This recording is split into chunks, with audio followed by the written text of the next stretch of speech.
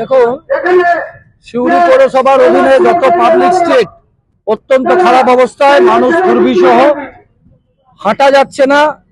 এখানে রাত্রেবেলায় যদি বা রাস্তা কোন রকম চলার মতন হেঁটে চলতে পারছে, রাত্রি 12টা থেকে বিকেল 5টা ভোর 5টা অবধি পুরো বালি মাফিয়া এবং পুলিশের হাতে চলে যাচ্ছে সিউড়ি রাস্তা।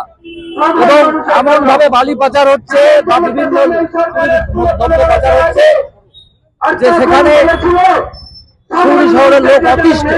আপনারা জানেন, গত 14 তারিখ রাত্রে এত জ্যাম, অ্যাম্বুলেন্সে ডেলিভারি হতে যাচ্ছে, প্রেগনেন্ট মাদার তার ডেলিভারি হয়ে যাচ্ছে রাস্তায়, হাসপাতাল অব্দি 1 কিলোমিটার 8 কিলোমিটার দূরে পৌঁছতে পারছে না। এমন ভয়াবহ অবস্থা, লোডেড বালিবুদ্ধে ট্রাক দত্তপুকুরে উল্টে পড়ে যাচ্ছে। সেটা যদি কোনো বাড়িতে ঢুকে যেত কি হতো, কিন্তু কোনো পদক্ষেপ নাই। এখন পৌরসভার অধীনে বঙ্গীয় পৌর আইন অনুযায়ী প্রতিটি রাস্তায় পৌরসভার চেয়ারম্যানের অধীনে। তাই আমরা তার কাছে দাবি জানাচ্ছি, আপনি ঠিক করুন, আপনি তাকে দিয়ে করাবেন। যদি আপনি যেন রোড আমাদের দেখার দরকার নাই, you are the authority, you are the controller, তো you have to repair the all street.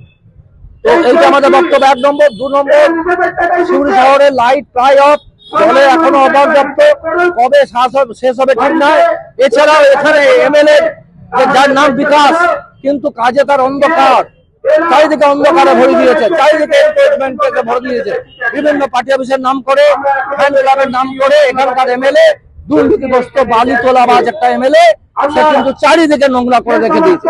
এই সমস্ত এনক্রোচমেন্ট চেয়ারম্যানকে পুজোর পরে তুলতে হবে, অন্যথায় এনক্রোচমেন্ট এবং এই যে বালি পাচারকারীদের রাস্তায় জ্যাম, মানুষ কিন্তু তার আইন তুলে নেবে এবং মানুষ কিন্তু নিজেই বন্ধ করবে।